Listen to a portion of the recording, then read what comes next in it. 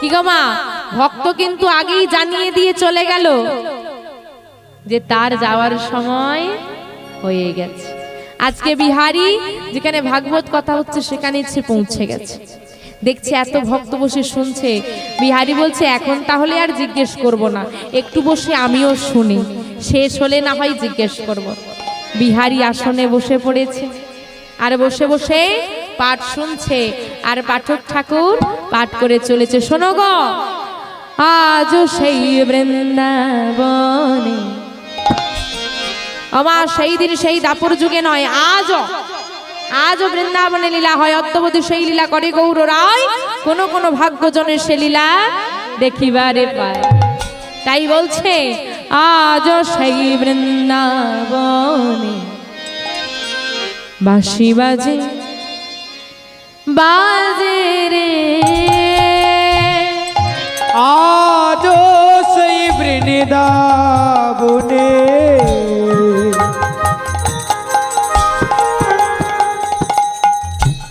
বাঁশি বাজে বাজে গো, আজও সেই বৃন্দাবনে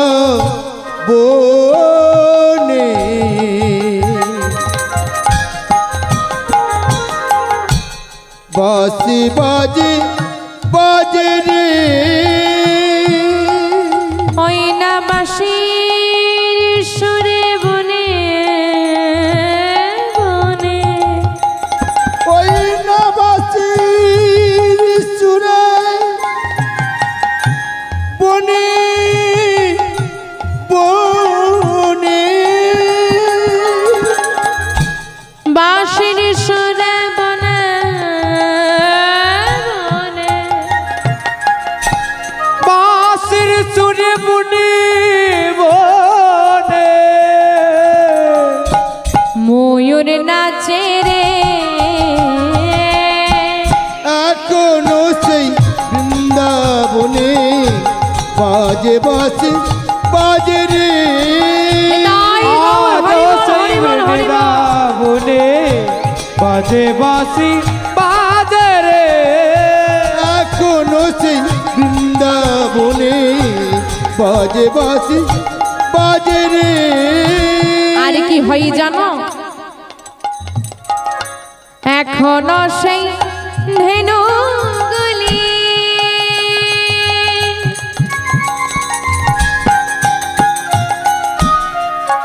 তারা বন মাঝে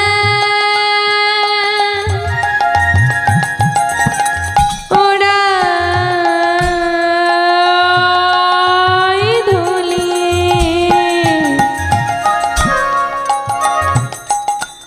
এখনো সেই গাভীগুলি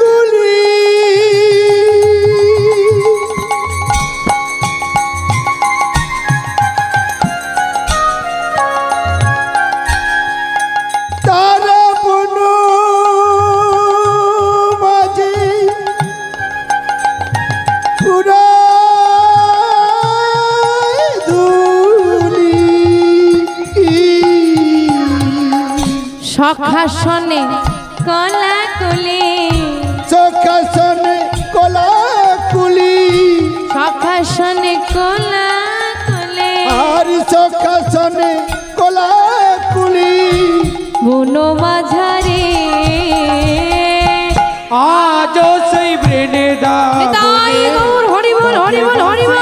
বাজে রে, আজও সেই বৃন্দাবনে বাজে বাঁশি বাজে রে, আজও সেই বৃন্দাবনে বাজে বাঁশি বাজে রে, আজও সেই বৃন্দাবনে বাজে বাঁশি বাজে রে, এখনো বৃন্দাবনে বাঁশি বাজে।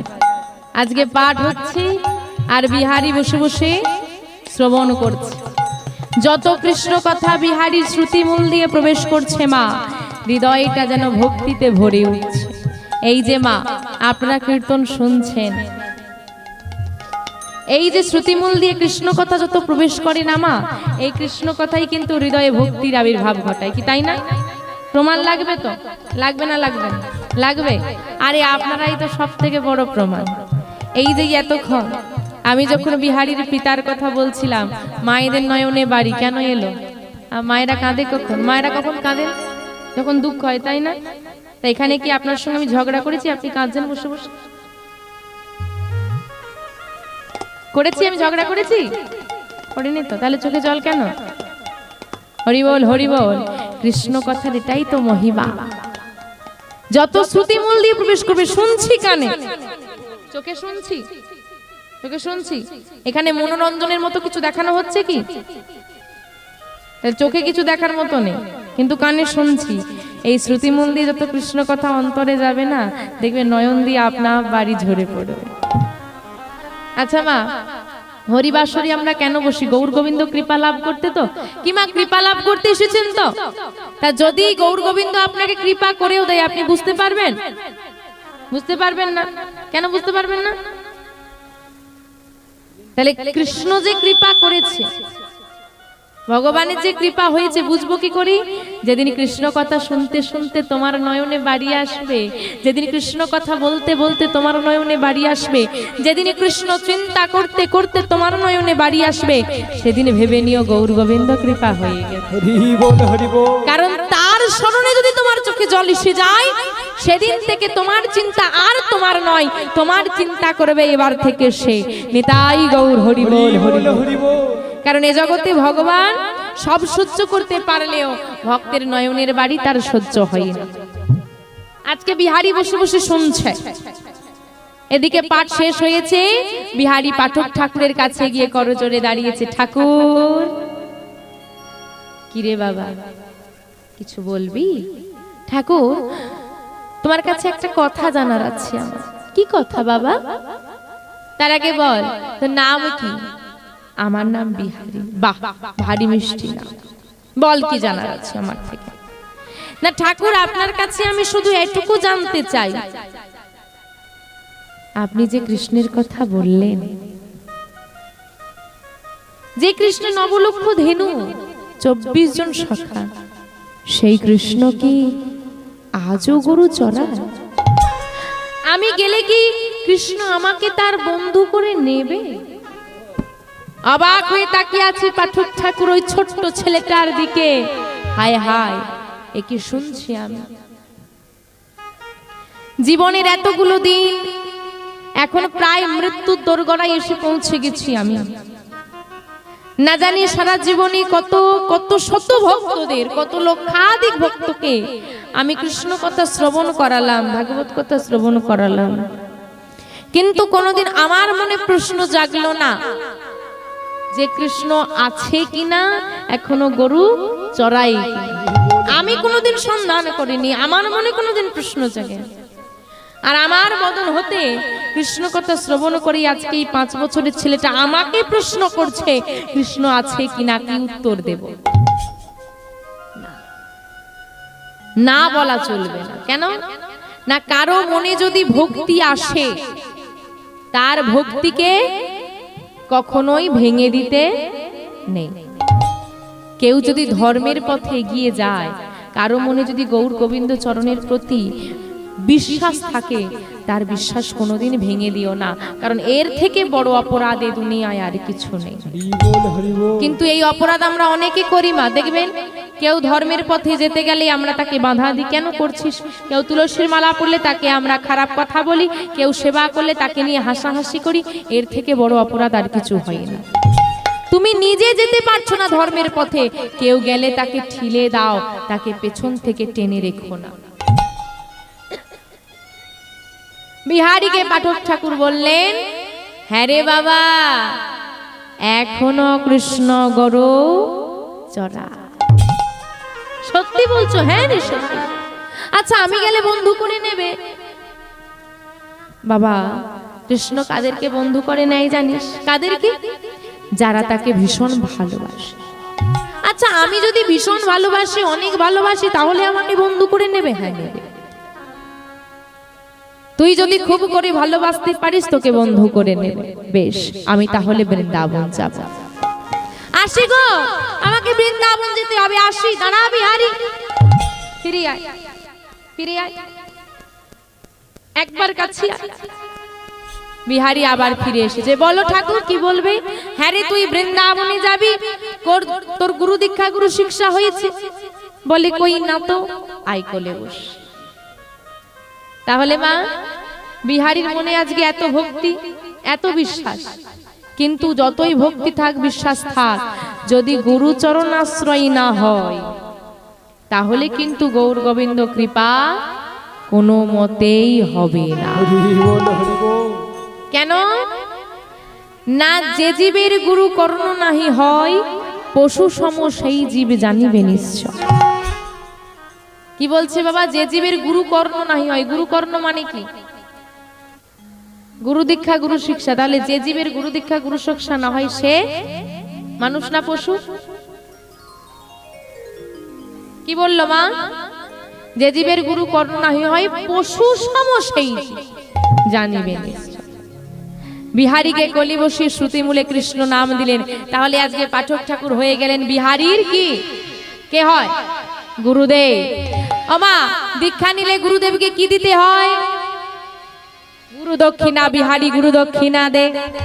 বিহারী বলছে বাবা আমার কাছে তো কিছু নেই, কি দেব তোমায়? বলে কি দিবি? শোন বিহারী, আমি তোর কাছে টাকা পয়সা চাই না, অন্য কিছু চাই না। তুই যে বৃন্দাবনে যাবি, যদি কৃষ্ণের সঙ্গে তোর দেখা হয়ে যায়, তাহলে তোর কৃষ্ণকে একটু বলে দিস শেষ দিনে যেন আমার হাতে ধরে পারাপারটা করে দেয়। এই হচ্ছে আমার গুরু দক্ষিণা। বেশ, আসি গুরুদেব। আজকে গুরুদেবকে রেখে দিয়ে চলে গেল বিহারী ঘরে। মা, ও মা, কোথায় গেলি মা? এই তো। কি রে, কি বললেন তিনি?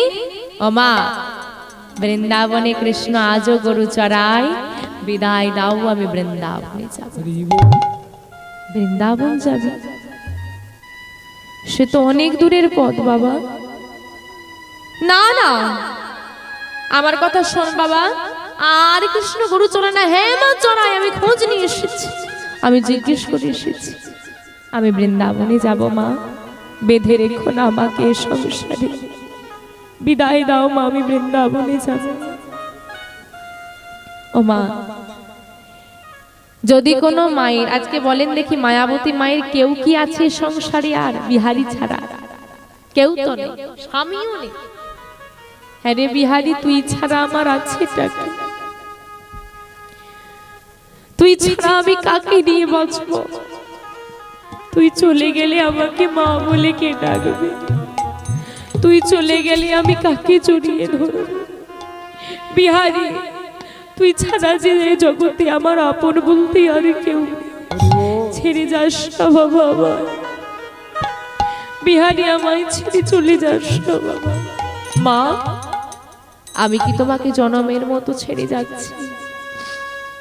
আমি গিয়ে তো আবার ফিরে আসবো। জানো মা, জানো, একবার যদি কৃষ্ণের সঙ্গে আমার দেখা হয়ে যায়, কৃষ্ণের সঙ্গে বন্ধুত্ব হয়ে যায়, দেখো মা, দেখো, আমাদের আর কিন্তু কোনো অভাব থাকবে না। ও মা, এই জগতে কিন্তু সবাই আমরা অভাবের মধ্যে আছি, তাই না? টাকা না থাকলেই কি শুধু অভাব হয়? যার টাকা আছে তার হয়তো সুখ নেই, তার ঘরে সুখের অভাব। কারো টাকার অভাব, কারো সুখের অভাব, কারো শান্তির অভাব। অভাবই কিন্তু আমরা সবাই। তোমার টাকা থাকলে অর্থের অভাব তো মিটে যাবে, কিন্তু সুখ কি পাওয়া যাবে? না। এ জগতে টাকা বড় প্রয়োজন নয় মা, কারণ টাকা দিয়ে সুখ কেনা যায় না। আমরা তো টাকা সঞ্চয় করি। কি বাবা, বাবারা তো অনেক রোজগার করে সঞ্চয় করে ব্যাংকে রেখেছেন। বাবা, মৌমাছি ফুল থেকে মধু নিয়ে এসে মৌচাক তো তৈরি করে, কিন্তু মধু ভোগ করতে সে পারে? আমরা সঞ্চয় করি, রেখে দিই, কিন্তু ভোগ আর আমাদের দ্বারা হয় না, অন্য কেউ ভোগ করে। তাই টাকার পিছনে না ছুটে সুখ সঞ্চয় করো, নামের মধ্যে থাকো, সুখে থাকো। বিহারী আজকে বলছে আমি যদি কৃষ্ণের কাছে চলে যেতে পারি না মা, আমাদের সব অভাব মিটে যাবে। কি অভাব? সব অভাব, সমস্ত অভাব, সব অভাব মিটে যাবে, কোনো অভাব থাকবে না। কারণ এ জগতে কৃষ্ণ ধনে যে জন ধনী হয়, এ বাস্তব জগতের ধনী নয়, কৃষ্ণ ধনে যে জন ধনী হয় তার কোনো অভাব থাকে না। বিদায় দাও মা, মায়ের কোল ছেড়ে ছেলে চলে যাবে। মা বিহারীকে জড়িয়ে ধরে বলছে, বিহারী আমি তোকে কি করে বিদায় দেব? এ জগতে আমার কেউ নেই, তোর বদর বানিয়েছি, আমি বেঁচে আছি, তুই চলে গেলে আমার কি হবে? কাকে নিয়ে থাকবো? দয়াময়, সব তো কেড়ে নিলে জীবনে, বিহারীকে দিয়ে তাও কেড়ে নে। তুমি যদি জানতে আমার থেকে আমার সন্তানকে ছিনিয়ে নেবে তাহলে কেন দিয়েছি? দিয়ে ধন কেন কেড়ে নেবে? দয়া মা, আমি তো আবার ফিরে আসবো। মা মনে মনে বলছে, বিহারী তুই জানিস না বাবা, কৃষ্ণ চরণে যে একবার ভালোবেসে ফেলি, কৃষ্ণকে যে একবার আপন করে ফেলি, কৃষ্ণের সন্ধানে যে একবার ঘর ছেড়ে বেরিয়ে যা, তাকে কোনোভাবেই আর ঘরে বেঁধে রাখা যায় না। সে যে আর সংসারে ফেরে না, তাকে যে আর মায়ায় বাঁধা যায় না। বাবা, বাবা যাস না আমায় ছেড়ে। পদকর্তা এক পাশে দাঁড়িয়ে বলছে, মা যেদিন তোমার ছেলে জন্ম নিয়েছিল সেদিনই তুমি তাকে গোবিন্দ চরণে দান করে দিলে। যেদিন সে কিছু বুঝতো না সেদিন গোবিন্দ চরণে দিয়ে দিলে। আজ যখন প্রকৃত গোবিন্দ চরণ পেতে চাইছে তুমি বাধা দিচ্ছ মা। বাধা দিও না মা, কৃষ্ণ চরণে যদি কেউ পেতে চায় তাকে ধরে রাখতে নেই, বিদায় দাও। আজকে মায়াবতী মা দয়াময়ের কাছে করজোরে বলছে, দয়াময় তুমি যখন ডাক দিয়েছো সন্তান, আমার সন্তানকে চেয়েছো, নাও তুমি তোমার সেবায় নাও। তবে তোমার কাছে আমার এই নিবেদন, এই জগতের কিছুই আমার নয়, পুত্র সন্তান স্বামী কেউ আমার নয়, কেউ আপন নয়, সবই তোমার। কিন্তু 10 মাস 10 দিন এই গর্ভে তো ধরেছি, জন্ম তো দিয়েছি, তাই এতটুকু হলেও তো আমার অধিকার আছে। সেই অধিকার বলে তোমাকে জানাই দয়াময়, আমার থেকে দূরে করে দিচ্ছ, দাও বিহারীকে। আমার থেকে দূরে নিয়ে যাচ্ছ, নিয়ে যাও, কিন্তু যেন তোমার থেকে কোনোদিন দূরে করে দিও না। তুমি সর্বদা বিহারীর সঙ্গে থেকে বিপদে পড়লে পাশে বিহারী চলে যাবি বাবা, জানি না আর কোনোদিন তোকে কাছে পাবো কিনা, কোনোদিন আর তোকে আদর করতে পারবো কিনা, তবে আয়, শেষ বেলায় তোকে সুন্দর করে সাজিয়ে দিই। বিহারী আজ চলে যাচ্ছে, বিহারীকে সুন্দর করে মা নিজের হাতে সাজিয়ে দিচ্ছে। কেমন করে গো? মাতারে বদন চুমিয়া ভালে টিপ দিয়া, কাজল পরাই দিল, মাতার বদন চুমিয়া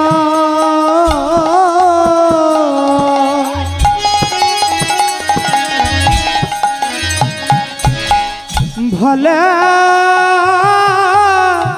টিপ দিয়া,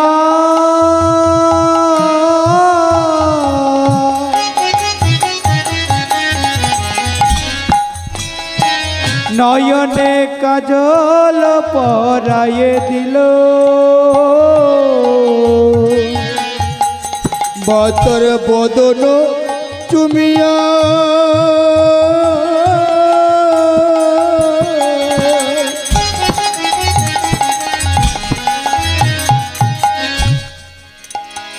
ও তার ভালে দিয়া,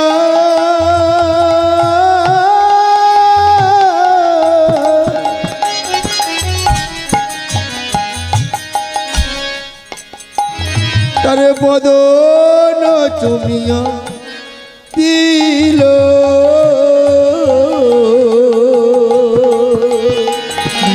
তোর অধর বয়ালি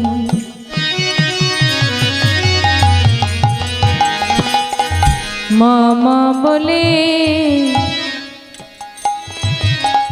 কে আর ডাকিবে আমারে তোর অধর বয়ানে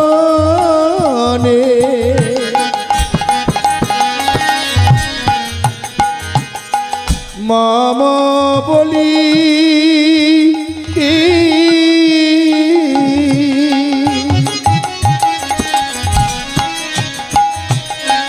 কে আর ডাকিবে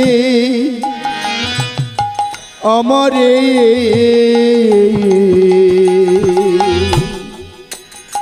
আমায় মা বলিবা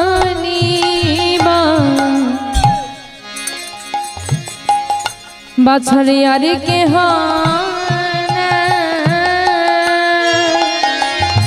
আমায় বাবা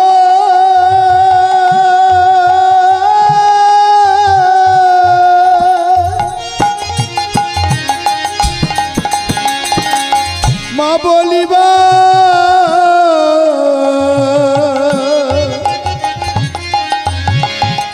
বাছারে আর কে ও না আমায় মাব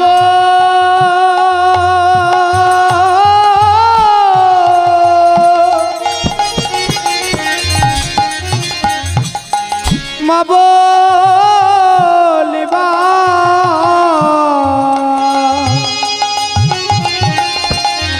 আর কে হো না তুই যে আমার নয়নমণি আমায় মাব লিবা ওরে আর কে হো না তুই যে আমার নয়ন নিধি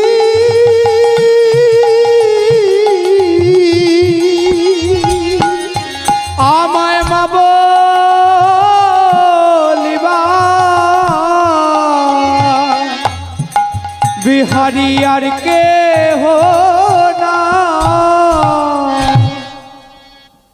বিহারী আমায় মা বলে ডাকার মতো আর কেউ নেই। তুই আমায় কোনোদিন ভুলে যাবি না তো বাবা? না মা না, তুমি যে আমার গর্ভে ধারিনি মা, তোমায় কি ভুলে যাওয়া যায়? বিদায় দাও মা।